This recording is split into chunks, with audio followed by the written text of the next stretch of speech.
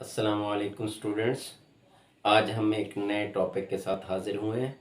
आज हमने पढ़ना है 8.2.2 creating and editing a C program. कैसे क्रिएट करते हैं और प्रोग्राम को एडिट कैसे करते हैं।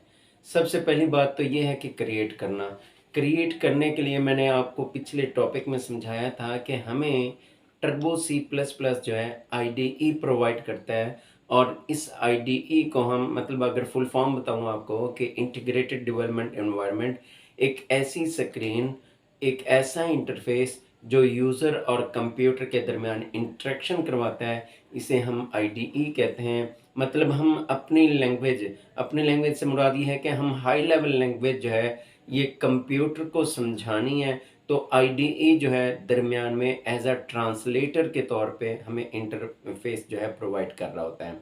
और इसमें हम creating and editing a C program में अगर मैं आपको इसका तरीका बताऊं कि किस तरह हम क्रिएट कर सकते हैं और फिर उसको एडिट कैसे कर सकते हैं। क्रिएट करना मतलब एक छोटा सा प्रोग्राम हम स्क्रीन पे लिख सकते हैं और उस प्रोग्राम को फिर हम एडिट भी कर सकते हैं। तो एडिटिंग में क्या होता है कि हम कोई भी स्टेटमेंट चेंज कर दें। ठीक है, पहले हमने प्रिंट एफ हेलो वर्ल्ड लिखा है तो फिर हम प्रिंट एफ वेलकम लिख दें, तो इसको कहते हैं एडिटिंग। अब होता कैसे है एडिटिंग का प्रोसेस कि सबसे पहले आप मेन्यू बार पे जाएंगे और फाइल पे क्लिक करेंगे। जैसे आप फाइल पे क्लिक करते हैं तो न्यू का ऑप्शन आपको नज़र आएगा मेन्यू में। आप न्यू पे क्लिक करेंगे तो आपके सामने ये छोटी सी एक स्क्रीन आ जाएगी ब्लू कलर की। इसको हम आईडीई बोलते हैं और इस पे हम प्रोग्राम लिख सकते हैं। फॉर एग्जांपल मैं कहता हूँ कि हम प्रोग्राम स्टार्ट करते हैं hash include stdio.h wide main, और फिर इसके बाद ब्रैकेट हम स्टार्ट करते हैं। इसको कहते हैं body of the function, starting point है ये। और यहाँ मैं लिख देता हूँ प्रिंट एफ। जैसे मैं प्रिंट एफ लिखता हूँ तो इसके आगे ये स्टेटमेंट है। अब यहाँ लिख देते हैं हम हेलो। तो हेलो से क्या मुराद है कि ये हमारी वो स्टेटमेंट है जो एग्जीक्यूट होनी है। मतलब हमने क्रिएट किया है ये प्रोग्राम, एक छोटा सा प्रोग्राम हमने लिखा है। और फिर अगर हम कहते हैं कि एडिटिंग का प्रोग्राम, तो हम इसमें हेलो की जगह जो है मैं इसको हेलो को रेज करता हूँ और यहाँ कहता हूँ कि वेलकम। तो इसको हम कहते हैं एडिटिंग का प्रोग्राम। ठीक है, तो एडिटिंग का प्रोग्राम से क्या मुराद है कि जो प्रोग्राम आपने पहले से लिखा हुआ है उसको आप एडिट कर सकते हैं। इसको कहते हैं एडिटिंग का प्रोग्राम। ये हमारे पास फाइल मतलब हम जैसे ही Turbo C plus plus install करेंगे तो हम फाइल पे जाएंगे। फाइल पे जाने के बाद मेन्यू ओपन होगा, उस मेन्यू में न्यू का ऑप्शन होगा। न्यू के ऑप्शन पे क्लिक करेंगे तो ये छोटी सी स्क्रीन आ जाती है जहां हम प्रोग्राम लिख सकते हैं। इस स्क्रीन को बेसिकली हम आईडीई बोलते हैं।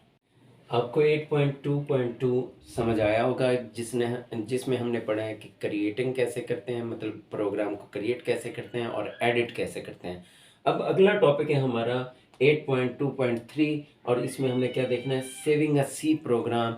कि हम जब प्रोग्राम लिख चुके हैं तो उसको हम सेव कैसे कर सकते हैं। सेव करने का दोस्तों सिंपल सा तरीका है कि हम फाइल पे जाएं और सेव का ऑप्शन आएगा, सेव के ऑप्शन पे क्लिक करें तो हम सेव कर सकते हैं। इसी तरह इसकी शॉर्टकट की है, अक्सर एमसीक्यूज में बार बार आती है कि सेव कैसे कर सकते हैं प्रोग्राम।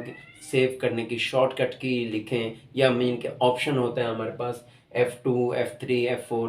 तो सेव करने की जो शॉर्टकट की है वो F2 है। हम प्रोग्राम को सेव कर सकते हैं शॉर्टकट की के ज़रिए भी, या फिर जो ना ये मेन्यू बार के ज़रिए भी कर सकते हैं। इसके अलावा जब हम सेव करते हैं प्रोग्राम को तो एक वर्ड है एक्सटेंशन।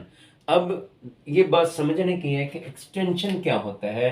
कि हमने सी लैंग्वेज में प्रोग्राम लिखा है तो सी लैंग्वेज की एक्सटेंशन जो है डॉट सी है। इसका मतलब क्या होता है कि जिस सॉफ्टवेयर में हमने फाइल बनाई है ये एक्सटेंशन जो है इस चीज़ को शो करती है कि हमने टर्बो सी में फाइल बनाई है। तो टर्बो सी में जब हमने फाइल बनाई है तो डॉट सी जो है एक्सटेंशन लगानी पड़ती है ताकि जब भी हम उसको दोबारा से ओपन करें तो हमें आसानी से पता लग जाए कि ये फ़ाइल जो है टर्बो सी में ही ओपन होगी, इसके अलावा किसी और प्रोग्राम में, एप्लीकेशन में ओपन नहीं हो सकती। तो ये एक्सटेंशन होती है, हमेशा हर सॉफ्टवेयर की अपनी एक्सटेंशन होती है। फॉर एग्जांपल मैं कहूँ कि आपने अगर डॉक्यूमेंट्स की फ़ाइल बनाई है तो .doc होती है, अगर आपने एक्सेल की फ़ाइल बनाई है तो .xls होती है। तो इस तरह जो है इसको एक्सटेंशन कहते हैं। फिर इसके बाद अगला टॉपिक है हमारा 8.2.4, जिसमें हमने क्या करना है, कंपाइलिंग अ सी प्रोग्राम। अब कंपाइलिंग क्या है दोस्तों, कंपाइलिंग की एक छोटी सी डेफिनेशन आपको बताता हूँ। कंपाइलिंग कहते हैं कि ऐसा प्रोसेस जिसमें हाई लेवल लैंग्वेज में, मीन कि सी लैंग्वेज में लिखे हुए प्रोग्राम को ट्रांसलेट किया जाए मशीन कोड में। इस प्रोसेस को कहते हैं कंपाइलिंग। और करता कौन है ये? करता कंपाइलर है। मीन के कंपाइलर एक ऐसा सिस्टम सॉफ्टवेयर होता है जो सी लैंग्वेज में या किसी भी हाई लेवल लैंग्वेज में लिखे हुए प्रोग्राम को ट्रांसलेट करे मशीन लैंग्वेज में। इस सारे प्रोसेस को कहते हैं कंपाइलेशन। और इसमें कंपाइलेशन में हमारे पास शॉर्टकट की है। अगर हम टर्बो सी की बात करें तो शॉर्टकट की है Alt F9। आप किसी भी अपने प्रोग्राम को कंपाइलेशन के प्रोसेस से गुजारना चाहते हैं तो Alt F9 की प्रेस करें तो आपका जो वो प्रोग्राम है वो कंपाइल्ड हो जाएगा। कंपाइलेशन से क्या मुराद बताया मैंने आपको कि किसी भी हाई लेवल लैंग्वेज में लिखे हुए प्रोग्राम को ट्रांसलेट करना मशीन कोड में। इसको हम ऑब्जेक्ट फाइल भी कहते हैं। वो आगे हमारे पास डेफिनेशन है। सोर्स प्रोग्राम किसे कहते हैं? सोर्स प्रोग्राम कहते हैं कि एनी हाई लेवल लैंग्वेज, किसी भी हाई लेवल लैंग्वेज में लिखे हुए प्रोग्राम को हम कहते हैं कि ये सोर्स कोड है। Any high level language written a programme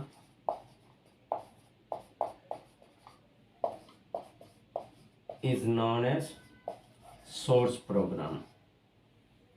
मैं आपको दोबारा से बताता चलूँ, सोर्स प्रोग्राम या सोर्स कोड भी कह सकते हैं। मतलब किसी भी हाई लेवल लैंग्वेज में लिखे हुए प्रोग्राम को हम सोर्स कोड भी कह सकते हैं, सोर्स प्रोग्राम भी कह सकते हैं। अब हम सी लैंग्वेज की बात कर रहे हैं तो सी लैंग्वेज में लिखे हुए प्रोग्राम को हम सोर्स प्रोग्राम या सोर्स कोड कह सकते हैं। अब कंपाइलेशन ने क्या करना है, इस सोर्स प्रोग्राम को हमारा कंप्यूटर नहीं समझता, इसको अंडरस्टैंड नहीं करता।